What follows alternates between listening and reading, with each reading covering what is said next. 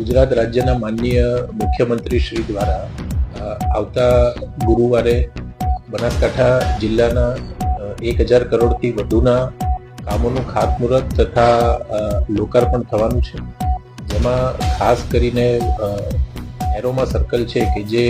ભારતના વધુ ટ્રાફિક ધરાવતા મોટા જંકશનોમાં પણ જેનો સમાવેશ થાય છે, એના ઉપર ટ્રાફિકની વર્ષો જૂની જે સમસ્યા છે એના નિવારણ માટે અંદાજિત 560 કરોડથી વધુના ખર્ચે અને 24.5 કિલોમીટર લંબાઈ ધરાવતા જે બાયપાસનું નિર્માણ થવાનું છે,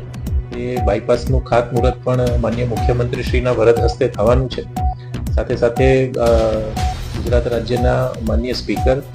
માનનીય શ્રી કુંવરજીભાઈ બાવળિયા તથા અન્ય માન્ય મંત્રીશ્રીઓ પણ આ પ્રસંગે ઉપસ્થિત રહેવાના છે. આ ઉપરાંત જે સશક્ત નારી મેળો એટલે કે જે સરસ મેળો આગામી 11મી તારીખથી પાલનપુર ખાતે શરૂ થવા જઈ રહ્યો છે, તેનું શુભારંભ પણ રામલીલા મેદાન ખાતેથી માનનીય મુખ્યમંત્રીશ્રી દ્વારા કરાવવામાં આવશે.